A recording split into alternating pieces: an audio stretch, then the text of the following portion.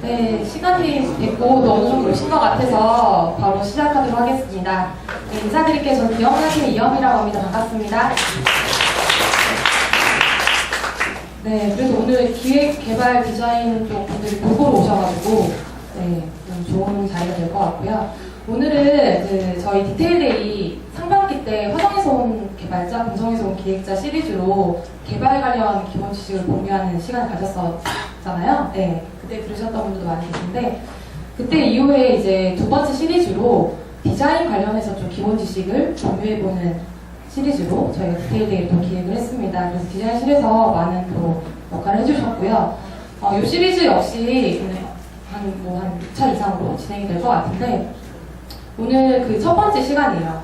그래서 요거는 취지가 좀 알고 들으셔야 더 매칭이 되실 것 같은데 저희가 이제 협업을 할 때 기획, 개발, 디자인 직군이 가장 많이 협업을 하고 있는데 그때마다 이제 좀 생소한 용어라, 디자인 관련 용어라든지 디자인 관련 기본 지식이나 개념을 좀 알고 있으면 기획 개발자분들이 좀 더 잘 알고 계시고 디자이너분들도 그들이 어느 정도 이제 그런 것들을 소통할 때 이렇게 하면 되겠다라는 걸 좀 감을 잡고 계신다면 좀 더 협업하거나 할 때 원활할 것 같다라는 생각이 들어서 그런 취지로 진행을 하는 거예요. 그래서 뭐 그렇게 막 심도 있고 깊게 들어간 지식은 아니지만 아주 기본적인 것을 여러분들이 좀 알기 쉽게 이해할 수 있도록 도와드리는 그런 자리라고 생각하시면 될 것 같고요. 오늘 이 첫 번째 이야기는 디자이너들이 자주 쓰는 또 그리고 우리가 회의할 때 많이 들어봤던 그런 용어들 그리고 아주 기본적인 디자인 용어들 이런 것들 중심으로 해서 그런 용어들에 대해 쉽게 이해해보는 시간으로 준비했습니다. 그래서 여러분들이 좀 들어보시고요. 중간중간 궁금한 거 있으시면 바로 질문하셔도 좋고 끝나고 또 질문하셔도 좋고요. 그리고 강의가 다 끝나면 마지막 장표에 그게 나올 거예요. 그 피드백 받는 게 나와요. 그래서 여러분들 스마트폰 다 가지고 계시죠? 네. 그래서 그 QR코드랑 URL이 나올 거니까 그거 둘 중에 아무거나 활용하셔서 꼭 피드백을 좀 참여해주세요. 왜냐면 거기 뭐가 있냐면 오늘 강의 들으시고 나서 나는 사실 이 용어가 더 자주 쓰인다고 생각이 되고 더 궁금한데 이런 거 좀 더 알고 싶어요 라는 거 이렇게 있을 수 있어요. 그래서 그런 거 좀 적어주시면 저희가 나중에 또 추가 세션을 마련할 생각이거든요. 그러니까 오늘도 되게 사전에 수요 조사나 이런 거 많이 해서 준비한 거긴 하지만 또 부족한 부분이 있을 수 있으니 여러분들이 언제든지 피드백을 주시면 되고 그리고 다음 차수 강의가 또 디자인 관련한 뭐 레이아웃이라든지 뭐 그리드 시스템 이런 것들 주요하게 많이 쓰이는 이런 것들에 대한 개념에 대해서 공부하는 시간을 가질 거예요. 그래서 그런 거에 대해서도 사전에 궁금하신 거 있으면 미리 적어주시라고 피드백 받는 거니까 꼭 참여하시고 가시면 될 것 같습니다. 네, 그러면 오늘 첫 번째 이야기 강의에는 FI팀의 지훈 PD님이 수고해 주시겠습니다. 큰 박수 부탁드릴게요.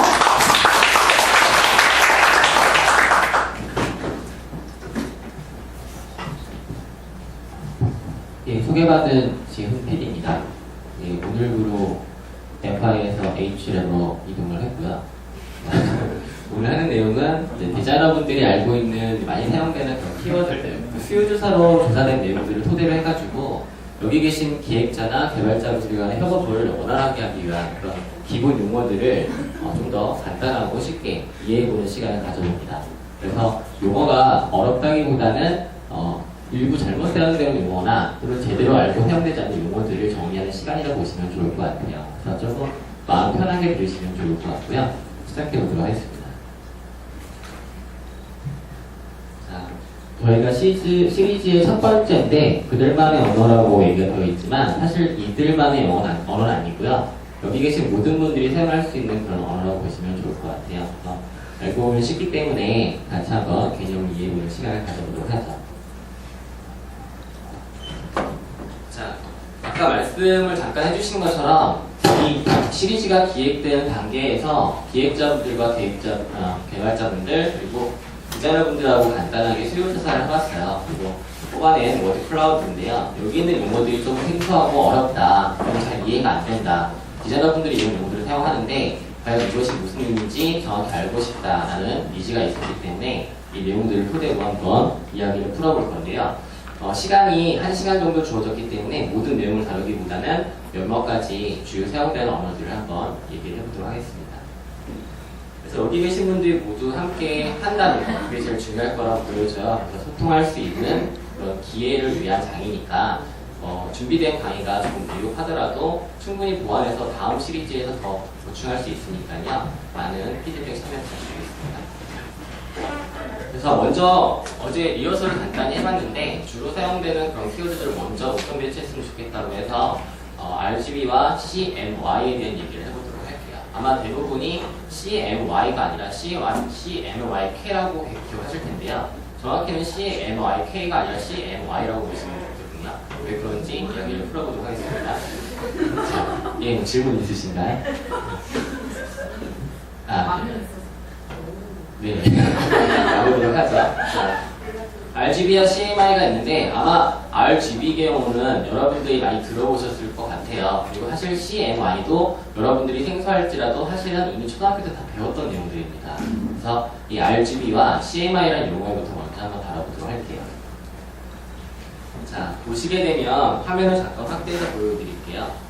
자, 여기 보여지는 이 부분이 RGB 컬러고요. 이쪽이 CMYK 컬러인데요. 얘는 보통 프린트에 사용되는 컬러 값이고요. 얘는 이제 실제 스크린상에서 보여지는 컬러 값이라고 보시면 돼요. 그리고 좀 더 세부적으로 공부를 하자면 프로 RGB라든가 sRGB나 개념 워닝 RGB 되게 다양한 RGB 개념이 있는데요. 실질적으로 웹 기반이라고 한다면 sRGB를 사용합니다. 근데 그 내용은 좀 복잡하니까 생략을 하도록 하고요. 크게 RGB와 CMYK 얘기를 잠깐 해보도록 할게요. 자, RGB와 CMYK는 정확히 얘기하면 RGB와 CMY는 여러분들이 이미 초등학교 때 배웠던 3원색, 원색에 대한 얘기를 보시면 돼요. 사실 인간의 눈은 단 3가지 원색밖에 구분할 수가 없거든요. 근데 그 색이 혼합이 되면서 우리는 빛을 통해서 그 색을 구분할 수 있게 됩니다. 그때 이 3가지 색을 사용하는데요. RGB는 여러분들이 유추하시는 것처럼 레드, 그린, 블루의 약자라고 보시면 돼요. 그래서 빛의 3원색이라고 볼 수 있고요. 이들 색을 더해주는 것은 더해준다에서 가상혼합이라고 얘기를 합니다. 그리고 CMY는요. 자, 사이안, 마젠타, 옐로우라고 하거든요. 사이안은 청록색이라고 보시면 되고요. 마젠타는 자주색, 그리고 옐로우는 노란색입니다. 자, 이건 물감의 3원색 또는 염료의 3원색이라고 얘기를 해요. 색을 더하면 더할수록 파개지거나 어두워지기 때문에 빠진다 해서 감사혼합이라고 얘기를 합니다. 자, 그런데 여기에 K가 들어가 있잖아요. 그 원리를, 이유를 얘기해 드리도록 할게요.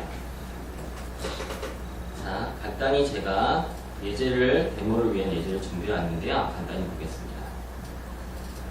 자, 먼저 여기 있는 부분을 보시게 되면요. 이것은 빛의 3원색이고 아마 여러분들이 미술 시간에 배운 적이 있었을 거예요. 자, 위쪽에 있는 것이 레드 컬러고요. 여기 있는 것이 그린 컬러고 여기 있는 것이 블루 컬러죠. 그리고 이들 간의 색상에서 혼색되는 것, 가산에서 더해져 혼색되는 것들이 각각 색상이 나옵니다. 보시게 되면 빨간색과 녹색이 섞여지니까 노란색이 나오는 거 볼 수 있고요. 빨간색과 파란색이 섞어지니까 마젠타, 즉 보라색이 나오는 걸 볼 수가 있죠. 그리고 청색과 녹색이 섞어지니까 사이안, 청록색이 나오는 걸 볼 수 있어요. 그리고 우리 인간은 3가지 색상만 볼 수 있기 때문에 이 색이 혼색됐을 때 같은 값으로 혼색이 되면 바로 백색광이 되는 거죠. 우리 눈에 보이진 않는 것은 백색광, 즉 세 색을 섞였을 때 흰색이 되는 것, 완전한 색이 되는 거 보시면 돼요. 이것이 가상혼합이라고 한다면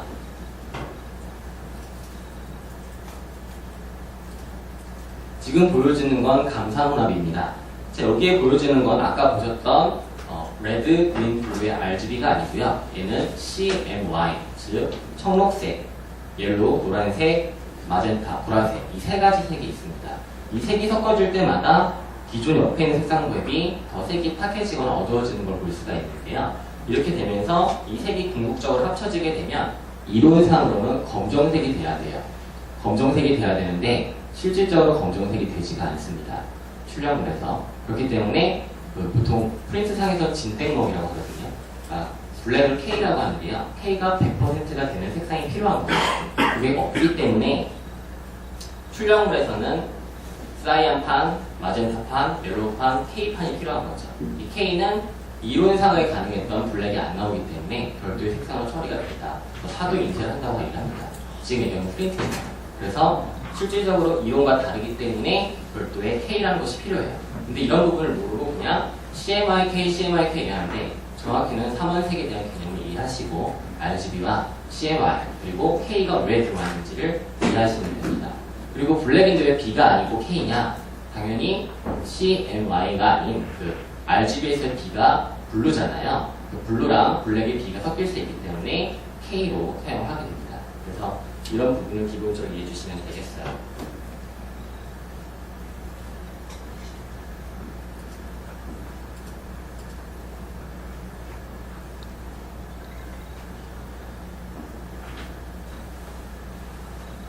그리고 알아두실 점이 있는데요. 방금 CMY에 대한 얘기를 들었는데 보시는 것처럼 RGB가 CMY보다 색상 표현력이 훨씬 더 낮습니다. 그렇기 때문에 스크린상에서 제대로 보였던 색이라 할지라도 프린트를 하게 되면 색이 탁하거나 제대로 표현 안 되는 경우가 있는데요. 이를 만약에 여러분들이 확인을 하시려면 어제 제가 얘기드린 코멘트가 있으면 되게 좋겠네요.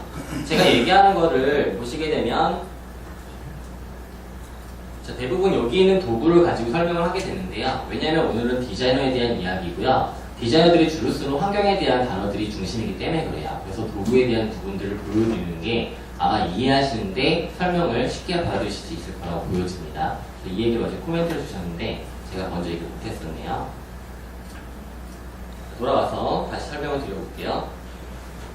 자, 보통 여기에 보여지는 컬러 피커가 있는데요. 이 부분을 클릭해 보겠습니다.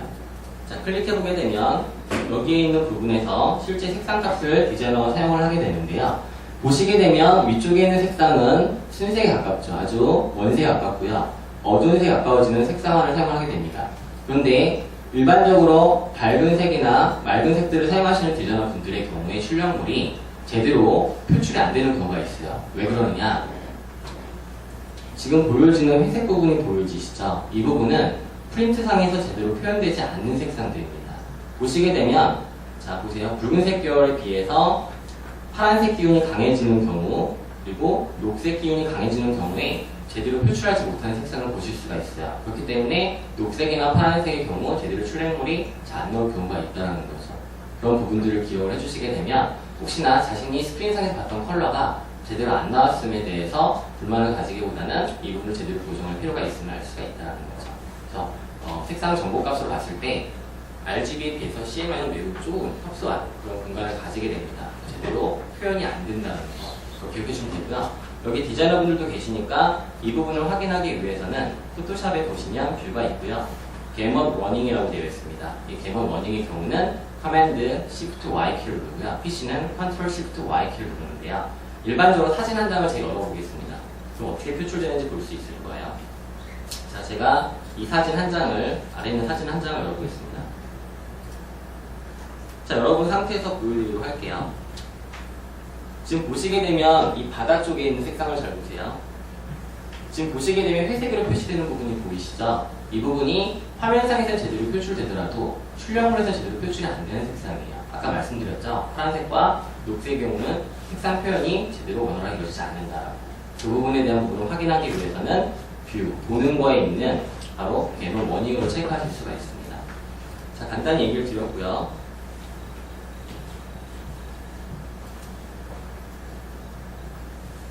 이번엔 컨트라스트 얘기를 한번 드려볼게요. 여기 계신 분 중에 혹시 기획회의를 하실 때 디자이너분들이 컨트라스트라는 얘기를 들었는지는 잘 모르겠습니다. 제가 이곳에 입사한 지 그렇게 오래되지 않았기 때문에 정확히는 잘 모르겠지만 컨트라스트한 용어에 대해서 알고 싶다라는 의견이 있었기 때문에 이 내용을 한번 진행해 보도록 할게요. 자, 컨트라스트는요, 대비 또는 차이라는 그런 의미를 지니고 있는데요. 이 대비 차이라는 게 단순히 그냥 뭔가 구분된다라는 느낌보다는요, 디자인상에서는 색상이나 명도, 채도, 형태, 이런 조형적인 요소, 즉 조형이란 형태, 색에 대한 구분을 가질 수 있는데요. 이거에 대한 차이가 크고 작음을 바로 컨트라스트라고 얘기를 하게 됩니다. 그럼 간단히 한번 준비된 예제로 보도록 할게요. 자, 컨트라스트에 대한 준비된 예제가 세 가지가 있는데요. 먼저 하나 열어보겠습니다. 자, 여기에 보여지는 것, 자, 실제 보게 되면 흰색 배경에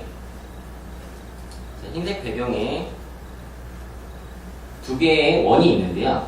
하나는 검정색 원이 크고요. 하나는 작죠. 이런 부분은 형태 대비라고 보실 수가 있겠죠. 그래서 형태를 가지고 뭔가 크고 작고 이런 부분에 대한 대비를 가질 수가 있게 되겠고요.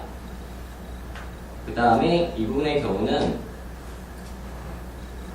자, 같은 위쪽에 있는 부분도 보게 되면 어두운 색상에 조금 더 밝은 회색이 있는 별이 있고요. 그리고 더 밝은 색상의 별이 있죠. 이 같은 경우는 명도 단계에 대한 대비라고 보시면 됩니다.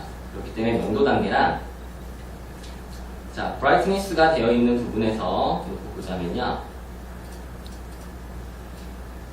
자, 여기 있는 부분이 밝고 어둡고가 되죠. 이 밝고 어둡고의 단계를 명도라고 얘기를 합니다. 밝고 어둡고의 단계. 바로 그 부분에 대한 대비차라고 보시면 돼요. 그리고 하나 더 얘기를 드리면, 자, 이 부분을 보겠습니다. 자, 얘 같은 경우는요, 사진이 있는데요. 실제 이 사진의 경우에 인물이 있는 사진 두 장이죠. 그런데 배경이 녹색이고 배경이 붉은색이에요. 여기서 인물을 제거하고 색상으로 보게 된다면 이것은 색상 대비가 될 수 있습니다. 그리고 색상 값을 제가 지금 컬러 스포이드로 집어넣은 상태인데요. 이를 화면에서 확인해 보게 되면 인풋 패널로 보고 있고요. 두 개의 색상을 비교했을 때 H, S, B 이 세 가지를 사용합니다. 앞서 보셨던 R, G, B가 아니고요. C, M, Y가 아니고요. H, S, B인데요. 얘는 hue라고 해서 색상이고요. saturation이라고 해서 얘는 채도입니다. 그리고 얘는 brightness라고 해서 명도 부분이 되겠죠. 명도도 30번 정도 차이가 나고 있고 채도도 역시 차이가 나고 있고 색상 각도로 차이가 나고 있는 걸 볼 수 있죠. 이런 대비를 가질 수 있다라고 보시면 이것이 컨트라스트라고 보시면 되고요. 만약 이미지로 컨트라스트된 얘기를 할 때 주로 디자이너분들이 이용하는 옵션이 뭐냐고 한다면 해당 이미지가 있을 때요. 자, adjustment라고 해서 보정이라는 것이 있습니다. 이 보정에 보시게 되면 brightness and contrast라고 되어 있는데요. 즉 밝기 조정이라든가 또는 강함, 색이 조절의 부분이 있겠죠. 체크를 해보시게 되면 컨트라스트가 있는데요. 컨트라스트를 조정을 하게 되면 강하거나 또는 대비차가 약해지거나 하는 부분의 옵션을 조정할 수 있습니다. 바로 이 용어가 컨트라스트라고 보시면 돼요. 그래서 혹시나 컨트라스트라는 얘기를 하게 되면 대비를 주고 싶어 하는구나 라고 보시면 돼요. 그게 형태적인 대비든 색상 대비든 채도 대비든 명도 대비든 인간 눈으로 식별할 수 있는 것에 대한 부분을 주고자 한다라고 보시면 됩니다. 자, 크롭하고 트림에 대해서 물어보신 분이 계셨어요.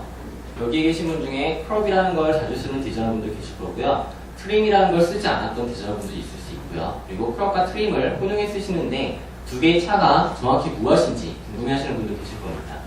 자, 여기에 보여지는 것처럼 둘 다 잘라내는 건 잘라내는 건데요. 그 차이가 있습니다. 자, 보통 크롭은 불필요한 부분을 잘라낸다라는 뜻을 가지고 있고요. 실제 디자이너는 크롭을 이용해서 이미지의 불필요한 부분을 잘라내게 돼요. 간단히 한번 데모를 보여드릴게요.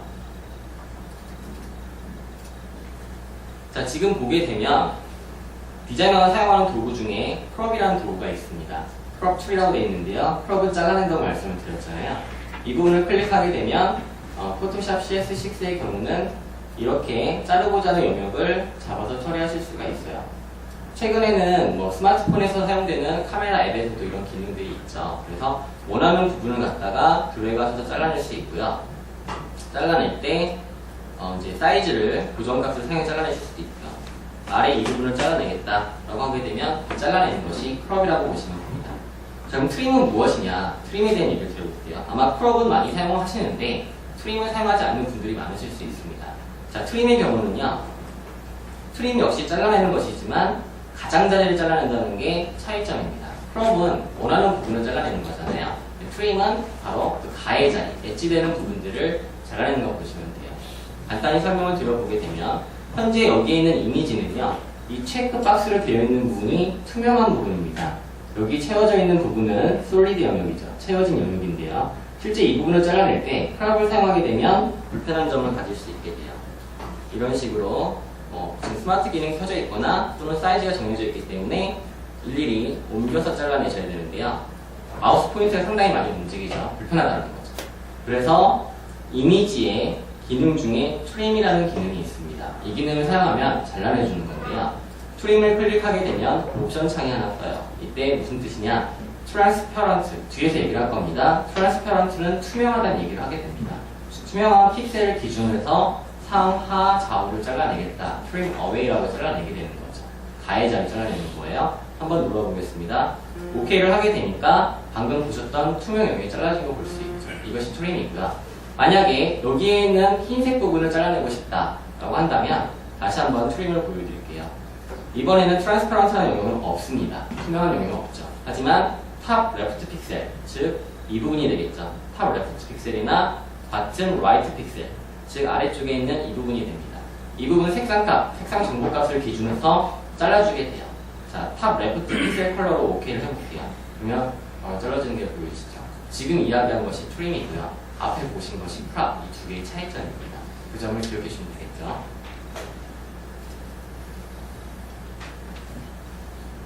자, 이번엔 블러와 샤픈을 볼 건데요. 아마 여기 카메라 앱을 다 쓰시니까 블러와 샤픈에 대해서 크게 구분이 어렵지 않으실 수도 있습니다. 그런데 정리하는 차원에서 여기 계신 분들이 시니어도 계시고 더 높은 직책에 계신 분도 계시지만 주니어 대상하는 교육이니까 블러와 샤픈에 대해서 한번 정리해 보도록 할게요. 자, 블러와 샤픈이 있는데요. 블러는 희미한 형체를 얘기합니다. 그래서 디자이너분들이 블러를 사용을 해가지고 사물을 희미하게 만드는 역할들을 많이 사용하고요.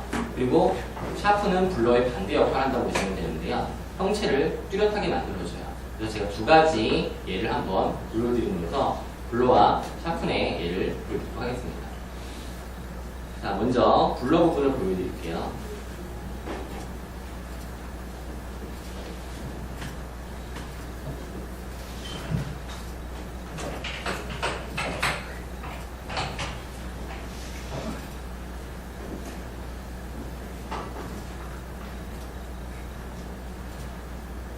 자, 파일이 잘 안 됐네요. 이걸 불러드릴게요. 그럼 파일을 직접 열겠습니다.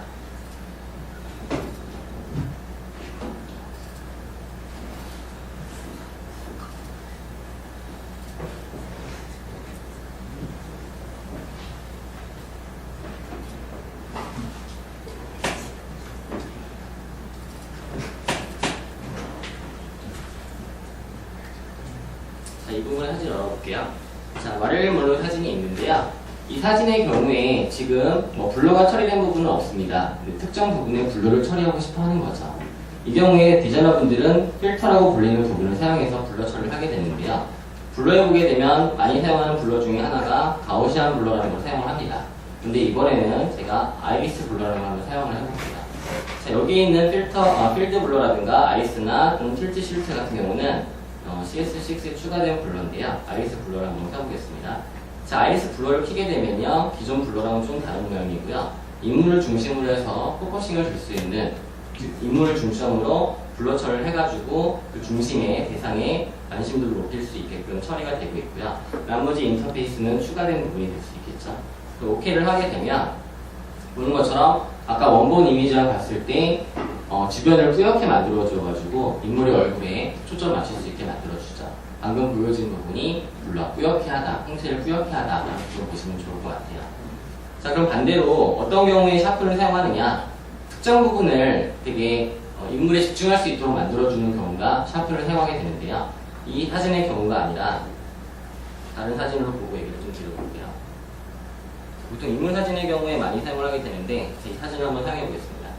자, 인물에 지금 노이즈가 껴있어요. 사진을 찍다 보니까 노이즈가 껴있는데 인물의 눈, 코, 입 뚜렷하게 이목 보게 만들어주고 싶은 경우에 샤프를 사용할 수 있는데요. 간단히 한번 보겠습니다. 제가 레이어를 하나 복제를 하고 디세츄레이션을 줘서 이미지의 채도 부분을 바꿔주도록 할게요. 자, 채도 부분을 없앤 상태로 보겠습니다. 방금 컬러 이미지가 있었고 흑백 이미지를 바꿔놨는데요. 이미지에 하이패스라는 걸 줄 수가 있어요. 잠깐 보겠습니다. 그리고 블렌드 모드라는 걸 오버레이로 바꿔보게 되면요. 확대해서 보여드릴게요. 지금 보시게 되면 희미했던 눈과 이 눈썹이라든가 이런 부분을 좀 더 정교하게 만들어줄 수 있는 부분이 되는 거죠. 그래서 실질적으로 어떤 사진을 찍었는데 뿌옇게 처리된 부분이 있다. 그런 경우에 이렇게 샤프를 주게 되는데요. 근데 이렇게 되면은 머리카락이든가 얼굴 전체에 샤프는 일어나기 때문에 좀 뒤에 배울 마스킹을 사용을 해가지고 눈, 코, 입에만 샤프를 처리하게 됩니다. 그래서 특정 부분에 눈, 코, 입. 여러분들이 사진관에 사진을 찍으셨을 때 여러분이 평소와 다르게 본인의 눈, 코, 입이 뚜렷하게 나온다. 그건 사진관 아저씨가 샤프를 준 거죠. 이렇게 보시면 돼요.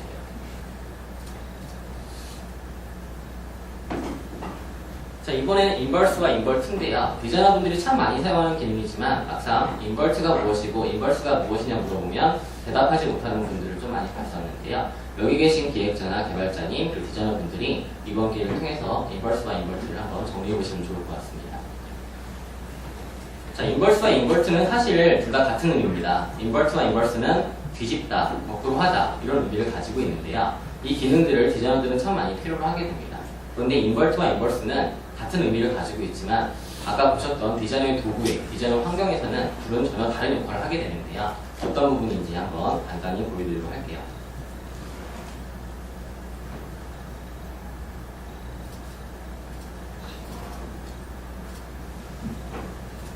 지금 데이터들이 제대로 처리가 안 되고 있어서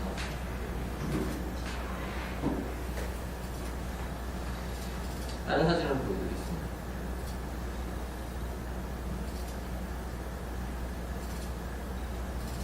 자, 여기 사진이 한 장 있다고 볼게요. 사진이 한 장 있는데 이거는 페인팅된 사진입니다. 페인팅 사진인데 디자이너분들이 어떤 특정 부분에 대한 부분을 반전시키고 싶을 때 그때 사용하는 것이 인버트라는 기능을 사용하게 되는데요. 예를 들어 제가 어떤 특정 부분을 선택을 해보겠습니다. 자, 여기 있는 눈 부분을 한번 선택을 해볼게요. 눈 부분을 선택한 상태에서 이 부분에 대한 부분을 반전을 하고자 하는데요. 이미지에 보게 되면 어저스먼트라는 보정이 있고요. 그 안에 보시게 되면 인버트라는 키워드가 있습니다. 이 인버트는 단축키로 커맨드 IK, PC는 컨트롤 IK인데요. 인버트를 하게 되면 보시는 것처럼 그 부분을 마치 적외선처럼 처리한 것처럼 반전을 시켜주게 되죠. 그래서 단축키를 이용해서 어떤 특정 부분을 인버트를 하게 되고요. 전체를 바꿀 때 이런 경우에 어떤 다른 느낌을 처리할 때 많이 사용하기도 하죠. 그리고 이것은 CSS3 경우도 필터 기능에 인버트라는 것이 추가가 돼서 처리할 수가 있습니다. 자, 방금 보신 것이 인버트고요. 자, 그럼 인버스를 보도록 하겠습니다. 제가 예를 들어서 특정 영역을 레서툴로 선택을 한번 해볼게요. 자, 이 부분을 선택을 했습니다. 자, 이 부분을 선택을 했는데 제가 원하는 건 뭐냐면 제가 원하는 건 이 눈이 보여지는 것이 아니라 반대 부분이 보여지게 하고 싶은 케이스거든요. 그러면 지금 이 부분은 뒤에 배열 마스킹이 처리된 상태인데요. 마스킹이 처리돼서 흰색 부분은 보여지고 검정색은 보여지지 않는 상태예요. 근데 이 부분을 반전시키고 싶은 거죠. 반전시키고 싶을 때 아까처럼 인버트 커맨드 I키를 눌러서 반전을 시키시게 되면 결과가 눈만 쏙 빠지게 되는 케이스 되겠죠. 하지만 이렇게 처리하지 않고 언두를 돌려서 다시 보겠습니다. 현재 이렇게 움직이는 형태로 보여주는 건 셀렉션이 된 상태, 선택이 된 상태인데요. 얘를 반전시키고자 할 때는 선택이기 때문에 셀렉트에 가면 됩니다. 셀렉트에 가게 되면 인버스라는 것이 보여져요. 얘도 역시 반전시키는 건데요. 뭘 반전시키는 거냐면 셀렉트에 있는 부분이기 때문에 선택을 반전시키는 것이다 라고 보시면 되죠. 그렇기 때문에 듀레이팅을 하게 되면 뭐가 지워지냐면 바로 이 바깥쪽 영역이 지워지게 돼요. 둘 다 인버트나 인버스나 둘 다 뒤집다, 반전시키다는 의미를 가지고 있지만 기능적인 차이가 있기 때문에 디자이너가 쓰는 용어가 다를 수 있습니다. 라고 기억해 주시면 될 것 같아요.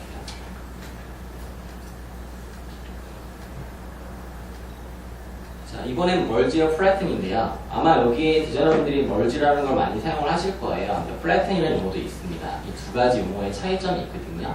이거 역시 말씀을 드리도록 할게요. 자, 둘 다 합병하다는 뜻을 가지고 있습니다. 멀지 역시 합병하다, 합치다 이런 의미를 가지고 있고요.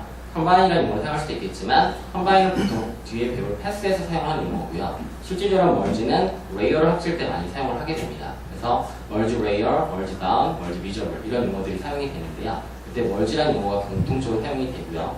그리고 플래튼이라는 용어는 어떤 의미를 가지고 있냐면 평평하게 하다, 납작하게 만들다 이런 의미를 가지고 있습니다. 그럼 두 개가 어떤 차이점을 가지고 있는지 보여드리도록 할게요.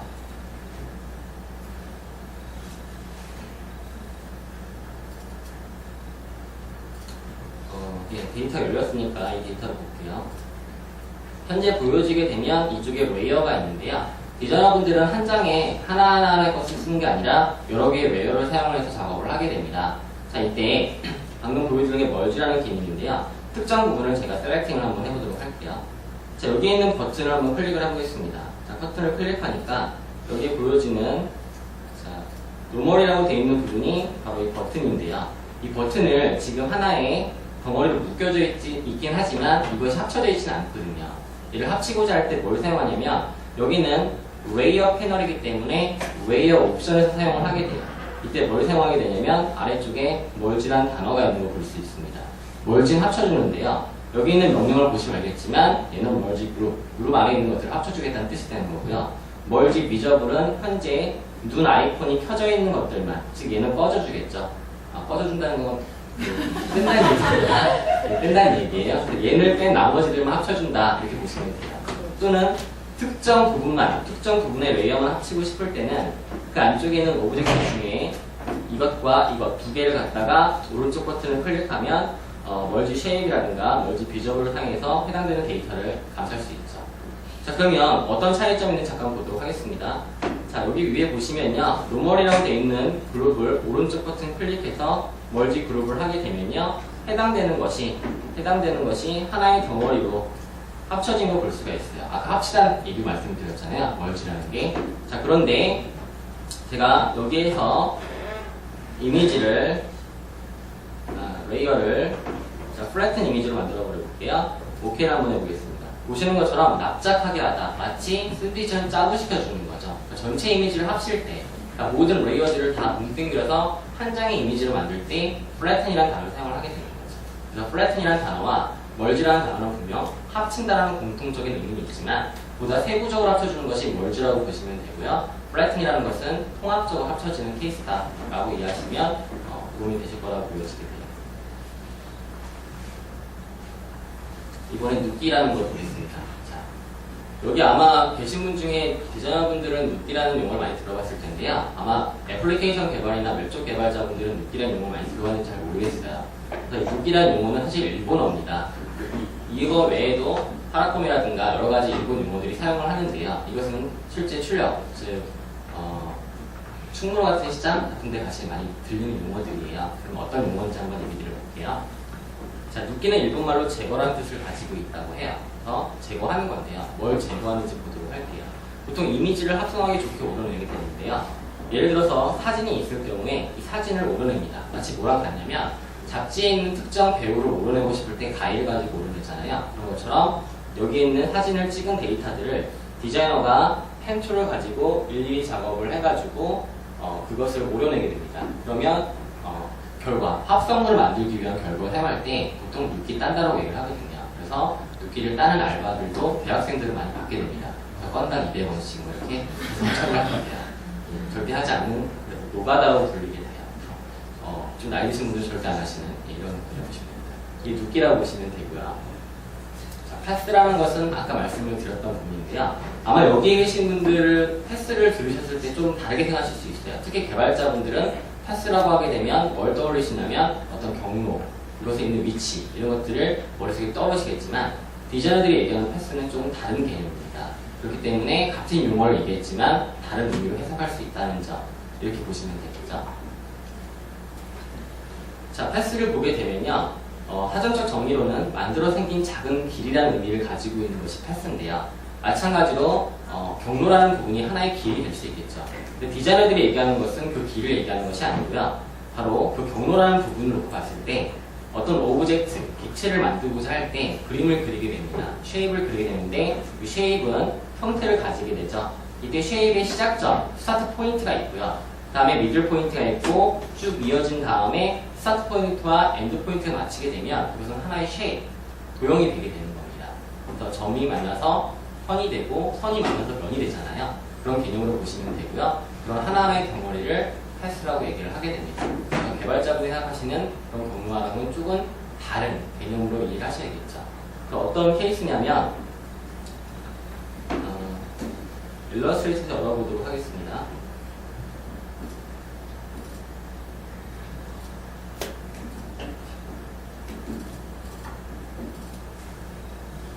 자, 지금 보여지면 하나의 그래픽이 있는데요. 이 그래픽에 디자이너가 로고를 보게 되면 이렇게 아웃라인으로 볼 수가 있어요. 아웃라인이나 바깥쪽에 있는 테두리 라인을 직접 보게 되는 케이스인데요. 이렇게 해서 결과물이 완성이 되게 되고요.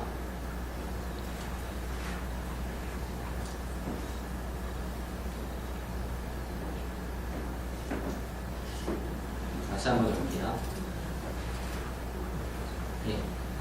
지금 보여지는데 마우스를 올리게 되면 일종의 하나의 선들을 보실 수가 있습니다. 이걸 디자이너들은 패스라고 얘기를 하게 되는 거죠. 그래서 조금 다른 용어로 처리되는 것을 이해해 주시면 좋을 것 같고요. 전체 오브젝트를 선택을 하게 되면 이제 이것이 일종의 패스라고 보시면 되겠죠.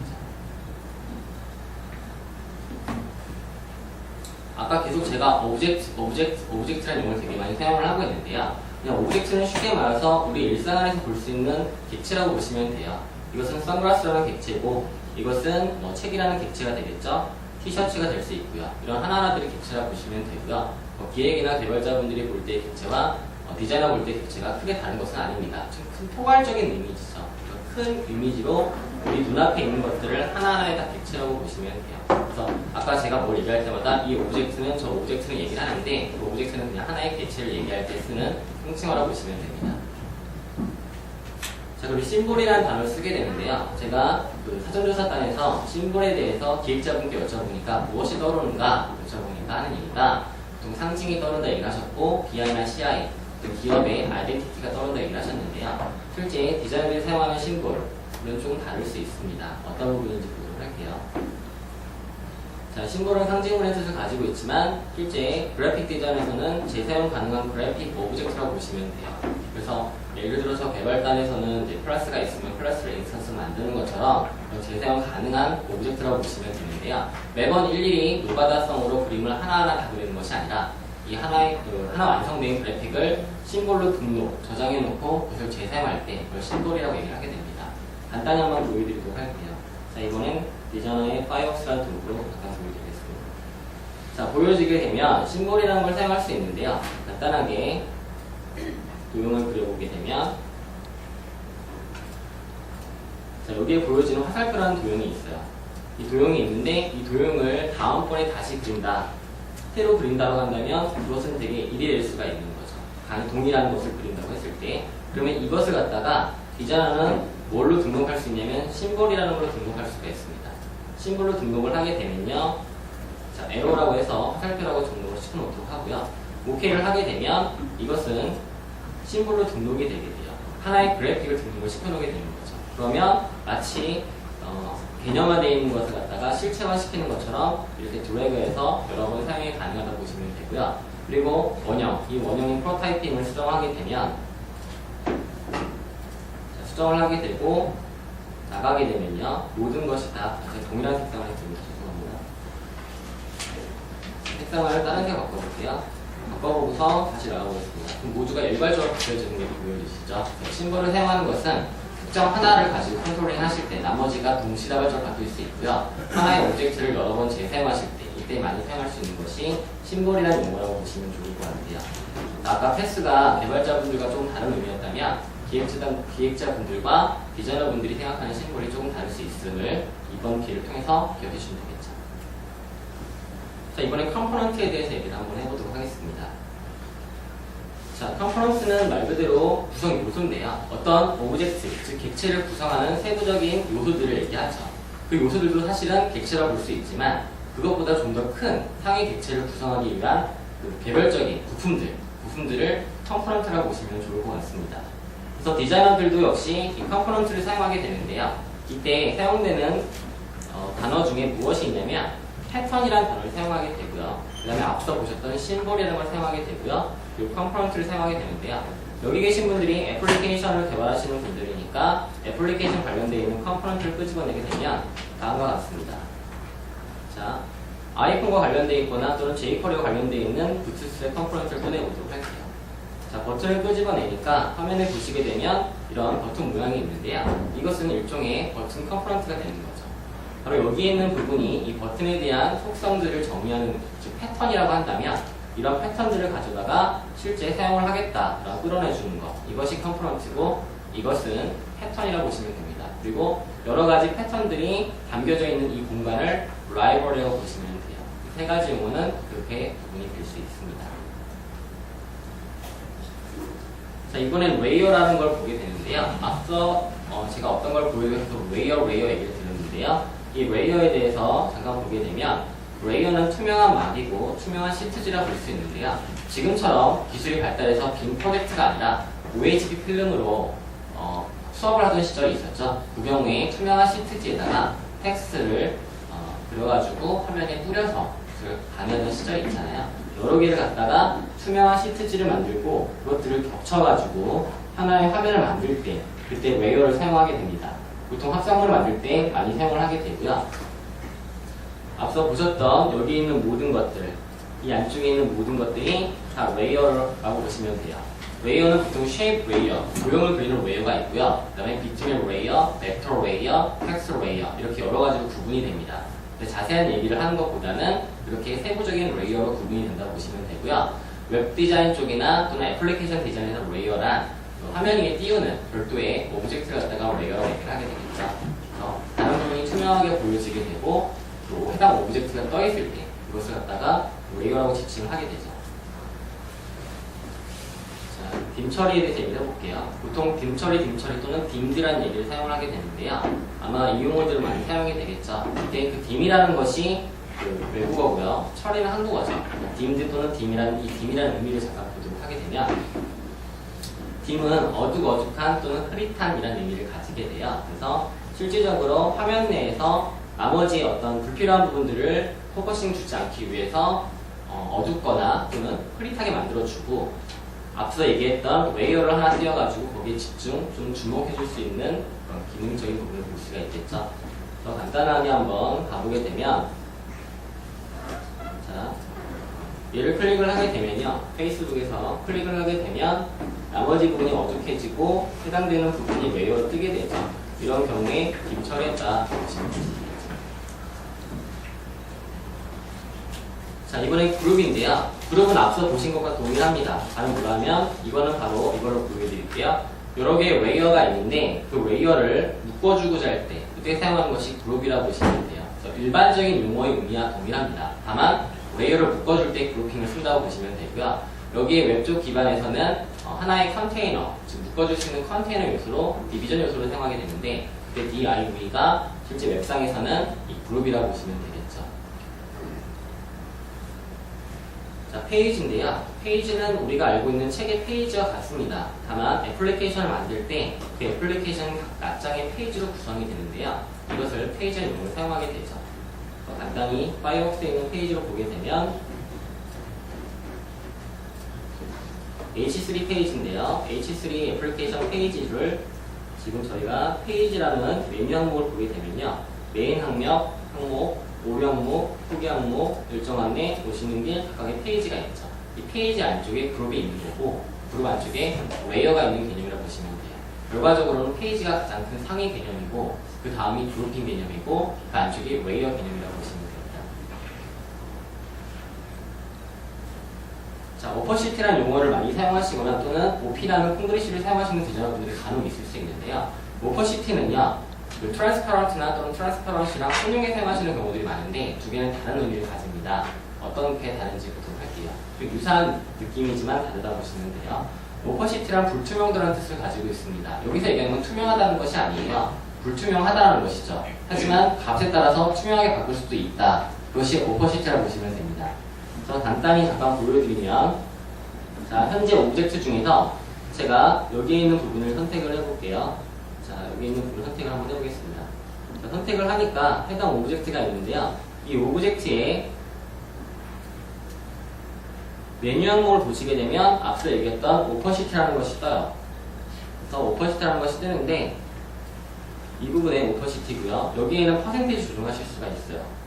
퍼센테이지 조정할 수가 있거든요. 그래서 여기 있는 곱순 값을 옮겨주시게 되면 아래에 있는 밑에 색이 투명하게 비춰지는 게 보여집니다. 그래서 여기 있는 불투명도 100%이면 그대로 투명하지 않은 상태로 보여지는 거고 0%에 가까울수록 투명하게 보여지겠죠. 이때 CSS를 사용하시는 분들의 경우는 0에서 100% 단위를 쓰지 않고 0에서 1 사이의 실수값을 쓰게 됩니다. 그래서 75%의 경우는 0.75 값을 쓰게 되는 거죠. 그런 조금 다른 이슈도 분명히 있을 수 있어요. 자, 트랜스퍼런시 또는 트랜스퍼런트라는 용어를 쓰는데요. 자, 이 부분은 어떤 부분인지 잠깐 설명을 드려보도록 할게요. 트랜스퍼런시나 또는 트랜스퍼런트는 말 그대로 투명하다는 뜻을 가지고 있습니다. 앞서 보셨던 불투명도와 좀 달라요. 왜냐면 불투명도는 불투명한 상태에서 값을 조정함에 따라 투명해질 수 있는 거지만 트랜스퍼런트나 트랜스퍼런시는 말 그대로 투명한 걸 얘기하는 거거든요. 그 점이 차이점이라고 보시면 됩니다. 그럼 어떨 때 많이 쓰느냐면 이럴 때 많이 쓰게 돼요. 어떤 경우냐면 자, 제가 특정 부분을 한번 가지고 가보겠습니다. 자, 이 부분을 갖다가 새로운 레이어를 만들고 간단히 보여드리도록 할게요. 자, 해당 레이어를 가지고 옮겨보도록 하겠습니다. 자, 파일을 가지고 왔는데요. 방금 보는 것처럼 오브젝트가 하나 있죠. 이 오브젝트는 배경이 투명하게 뚫려 있는데요. 이대로 밖으로 빼낼 때, 사용할 때 트랜스퍼런트를 쓸 수가 있어요.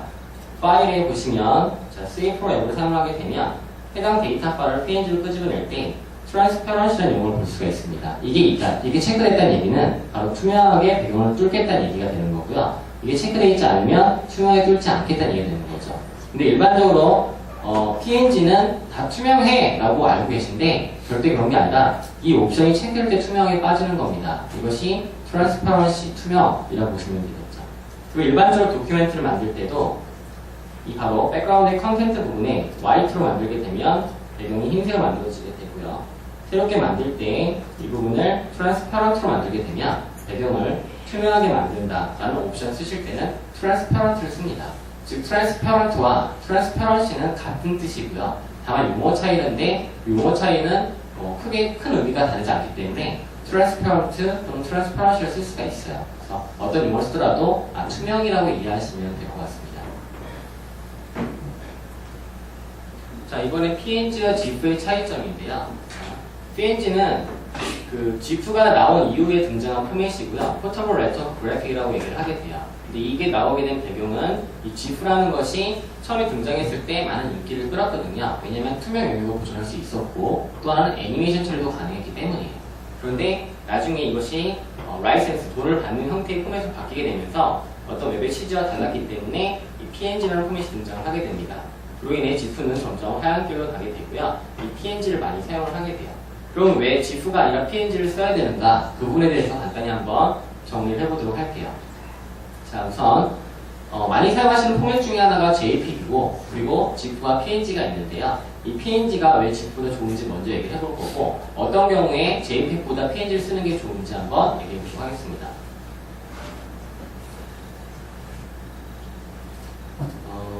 자, 여기서 잠깐 보여드리도록 할게요.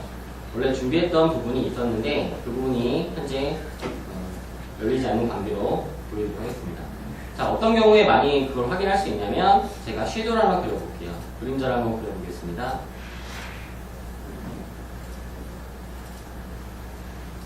자, 드롭 섀도우 부분이 있는데요. 이 섀도우의 디스턴스가 거리값을 한번 줘보고요.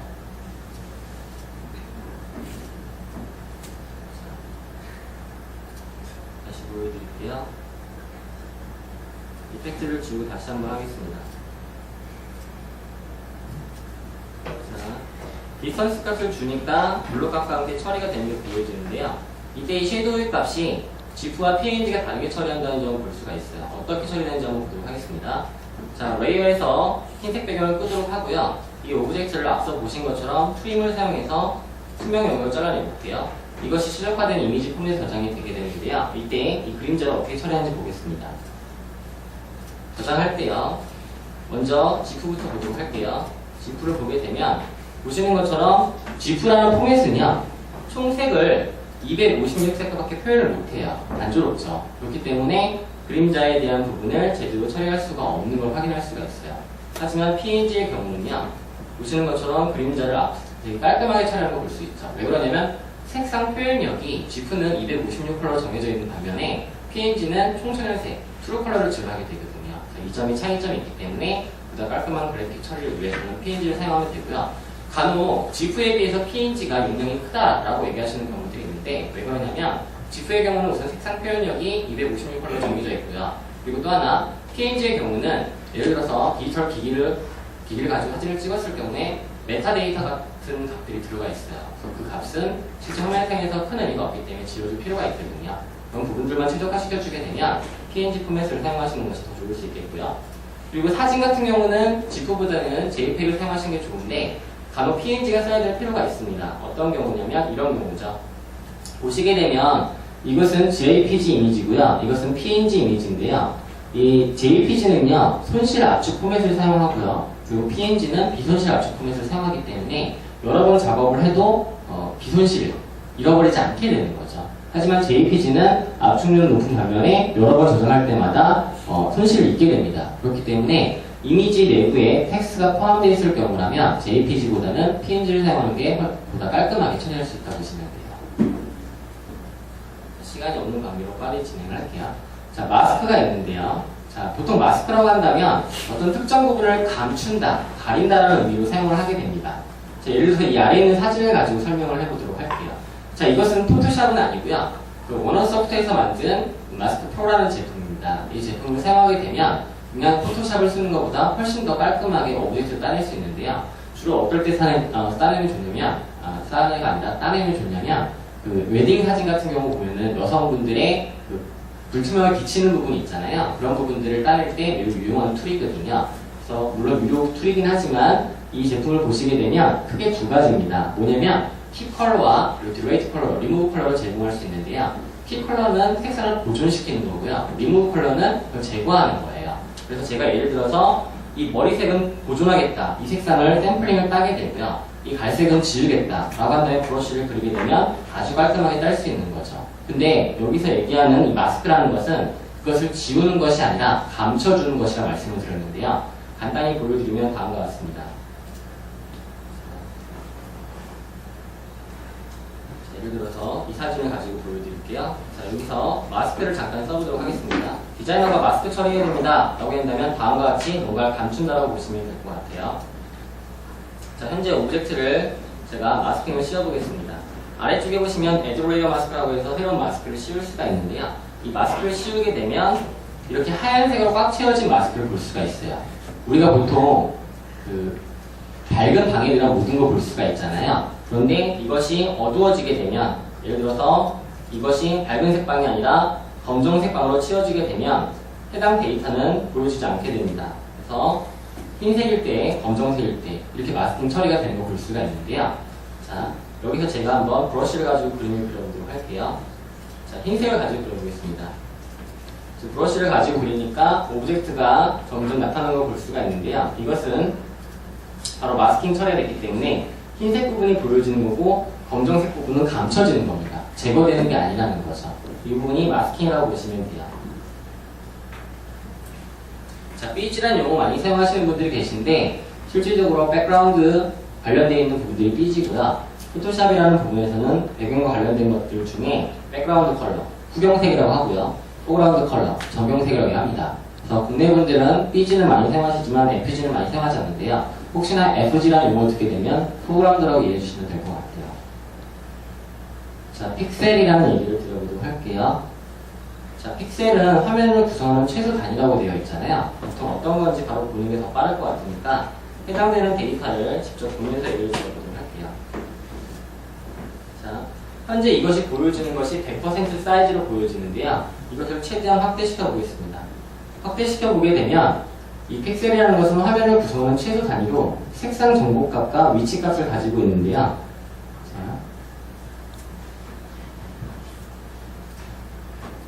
이 부분이 바로 픽셀이 될 수 있겠죠. 여기에 있는 정보값, 색상과 위치 정보값을 가지고 있는 것이 픽셀인데 사각형으로 구성이 되어 있고요. 그 닷과는 다릅니다. 점과는 좀 다른데요. 우선은 그 얘기를 좀 드리려면 이 얘기는 넘어갈게요. 자, 이 부분을 보시면 좀 이해가 되실 수 있을 것 같아요. DPI와 PPI에 대한 부분을 보시면서 닷과 픽셀의 차이점을 보실 수 있는데요. 자, 여기 화면을 보시게 되면 여기 있는 것이 픽셀 정보값이고 이건 닷 정보값이에요. 이렇게 얘기했을 때 어떤 차이점이 있냐면 DPI는 사실 프린트에 사용되는 그런 용어거든요. Dot per inch라고 해서 물리적인 1인치 안에 들어가는 점의 개수를 나타내는 거라 보시면 돼요. 그런데 PPI는 픽셀 per inch라고 해서 1인치 안에 들어가는 픽셀의 개수인데요. 앞서 얘기했던 DPI의 다른 점은 물리적인 공간이 아니라 화면의 해상도에 따라서 들어가는 픽셀의 개수가 달라지기 때문에 그 내부에서 그 공간이 달라질 수 있습니다. 그럼 어떻게 계산하면 되냐면 화면을 보시면 아까 RGB 모드에서 원 픽셀은 색상 값을 가지고 있어야 되기 때문에 색상 정보를 하나의 픽셀로 처리하게 되는데요. 만약 인쇄를 하게 되면 CMYK 모드로 C판, M판, Y판, K판 4개의 판을 뽑아내야 돼요. 그때 잉크 한 방울을 원 더트라고 하는 거죠. 그럼 이 4개의 도트가 혼합이 되어야지만 한 개의 색상 정보를 표현할 수가 있는 겁니다. 그래서 우리가 프린트를 살 때 1440 dpi라고 얘기를 하게 되는데요. 그것을 pp이로 환산하게 된다면 4개로 나눠줘야 되는 거죠. 360 pp이가 되는 거죠. 그래서 프린트와 웹에서는 360 ppy와 1440 dpi 둘이 같지 않죠. 이렇게 이해를 하실 필요가 있는 거죠. 그런데 그냥 dpi로 얘기하는 경우들이 많은데요. 그것은 프린트상에 사용되던 내용들이 정의된 케이스고요. 실제 여러분들이 포토샵으로 작업할 때도 다 픽셀 per inch라고 되어 있지 dot per inch라고 되어 있지 않습니다. 자, 그리고 애플의 경우는요, PPI라고 해서 해당되는 값을 사용하는데요. 아이폰 5의 경우는 360 PPI를 사용을 하게 되죠. 근데 안드로이드의 경우는 조금 다르게 되는데요. 안드로이드는 density라고 해서 밀도를 사용하게 되죠. 이때 MDPI와 HDPI, 이때부터 그 DPI라는 개념을 사용하게 되더라고요. 근데 저는 애초에 태생 자체가 프린트 디자이너였기 때문에 그 DPI와 PPI 개념을 프린트와 스크린의 모두로 이해를 하고 있었는데요. 이걸 준비하게 되면서 안드로이드 개발자분들이 DPI를 쓴다는 걸 알게 됐습니다. 그래서 안드로이드 개발자분들이 쓰는 DPI는 어떻게 다른가라고 좀 확인을 해봤었고요. 그때 국내에 많이 사용되는 해상도 부분이 310, 480에 HVGA라고 되어 있는 부분이 MDPI로 160 density 밀도를 사용하게 되고요. 여기에 보여지는 480에 800 이것이 HDPI 240 density를 사용하게 되더라고요. 자, 이랬을 때 디자이너분들이 많은 혼용점을 가지게 되는 경우가 있는데요. 안드로이드 애플리케이션의 경우 개발할 때 DP와 SP라는 또는 DIP와 SP라는 반드시 이 단위만 사용해야 된다고 얘기가 되고 있어요. 그래서 이것은 density independent 픽셀이라고 해서 기존에 우리가 사용하던 픽셀과 좀 다른 의미죠. 그렇기 때문에 이를 환산하기 위해서는 이 MDPI와 HDPI에서 조금 다르게 처리가 되는데요. 이에 대한 공식 부분을 보게 되면 다음과 같습니다. 픽셀을 3으로 나눠주게 되고 2로 곱하게 되면 DP로 환산이 된다는 공식이 나오게 되는데요. 디자인은 옮긴 데이터 값을 갖다가 안드로이드 적용하실 때는 3을 나눠주고 2로 곱해줘야지 DP로 환산되는 걸 볼 수가 있어요. 그래서 이런 부분이 디자인 협업 부분에서 많은 에러점을 가지고 있다고 하더라고요. 그래서 이런 부분이 조금 정리가 되는 거라 보시면 좋을 것 같고요. 그래서 이거에 대한 어떤 결과로, 연구된 결과로 나온 테이블 표인데요. 만약에 MDPI, 기본적으로 안드로이드는 160 dpi를 그냥 덴시티를 가지게 되니까 MDPI로 작업을 하게 됐을 때 해당되는 이미지 사이즈가 100백이다. 100픽셀에 100픽셀이 있다고 했을 때 그것을 HDPI 해상도로 바꾸려고 한다면 1.5배, 즉 사진 사이즈를 1.5배 바꿔줘야 되는 거죠. 그럼 포토샵의 경우에 만약 이것이 MDPI를 작업을 했다면 현재 100%에서 150%로 바꿔준 다음에 이 이미지에 맞는 것을 저장해줘야지 MDPI에서 제대로 표현해서 볼 수가 있는 케이스로 처리가 되는 어떤 일종의 연구 결과를 보실 수가 있게 되겠죠. 자, 이것은 사이트인데요. DPI 캘큘레이터라고 해서 DPI를 계산해주는 사이트입니다. 그래서 여러 개의 폰이 있는데요. 그 폰에 대한 부분을 보게 되면 1600에 1200 픽셀을 가지고 있고 19인치를 사용하게 될 경우에 클릭을 하게 되면 PPI 값을 처리해주는 걸 볼 수가 있어요. 또는 여러분들이 여기다가 어떤 특정 값을 입력을 하신 다음에 인치 값을 집어넣게 되면 이런 식으로 PPI를 환산시켜주는 결과를 볼 수가 있죠. 자, 스프라이트 부분을 아마 들어보신 분도 있고 들어보지 않으신 분도 있을 텐데요. 이 스프라이트라는 용어는 모바일 환경 내에서 이미지 처리할 때 많이 사용되는 부분 중에 하나죠. 실제 뭐 게임 그래픽을 만들 때 사용할 수도 있겠고요. 그래서 스프라이트라는 단어를 사용하게 되는데 이 스프라이트라는 단어는요. 일종의 어떤 사진들을 다 한 판에 붙여놔주는 거죠. 그렇게 해서 CSS의 경우에서는 마스크를 씌워요. 여기에 이만한 마스크를 씌운 다음에 이것들을 위치값을 바꿔서 착시를 일으키게 하는 거죠. 마치 애니메이션이 그러하듯이 어릴 때 여러분들이 플리프 만들어 보신 적 있을 거예요. 항상 연습장에다가 졸라매 같은 거 그려가지고서 얹히셨잖아요. 그렇게 착시를 일으켜서 움직이는 것처럼 보여지게 할 때, 그렇죠? 그런데 여러 장의 이미지를 호출하게 되면 퍼포먼스, 그런 성능에서 문제가 일어날 수 있기 때문에 이렇게 한 판으로 만들어서 처리하는 경우들을 쓸 때 이때 이런 이미지를 스프라이트 이미지라고 얘기를 하게 됩니다. 자, 제가 이 얘기를 하기 전에 아까 넘어왔던 부분이 있었는데요. 엔티얼레싱 부분을 얘기를 잠깐 해볼게요. 아마 그 엔티얼레싱 부분에 대한 부분에 대해서 정리를 하고 넘어갈 필요가 있을 것 같아서 집어넣어 봤는데요. 자, 이런 경우입니다. 비트맵 방식의 이미지 처리, 그러니까 벡터 방식 말고요. 이렇게 확대해서 깨지는 형태 픽셀로 구성되어 있는 이미지 방식, 또는 레스터 방식이라고 하죠. 이런 이미지 처리하실 때 거친 현상이 생깁니다. 그래서 이걸 줄이기 위해서 그 주변 색과 유사한 색을 만들어 주는데요. 이렇게 해서 매끄럽게 처리하는 기술이 엔티얼레싱이라고 보시면 돼요. 그래서 텍스트를 입력한다고 했을 때 제가 간단한 텍스트를 하나 입력을 했습니다.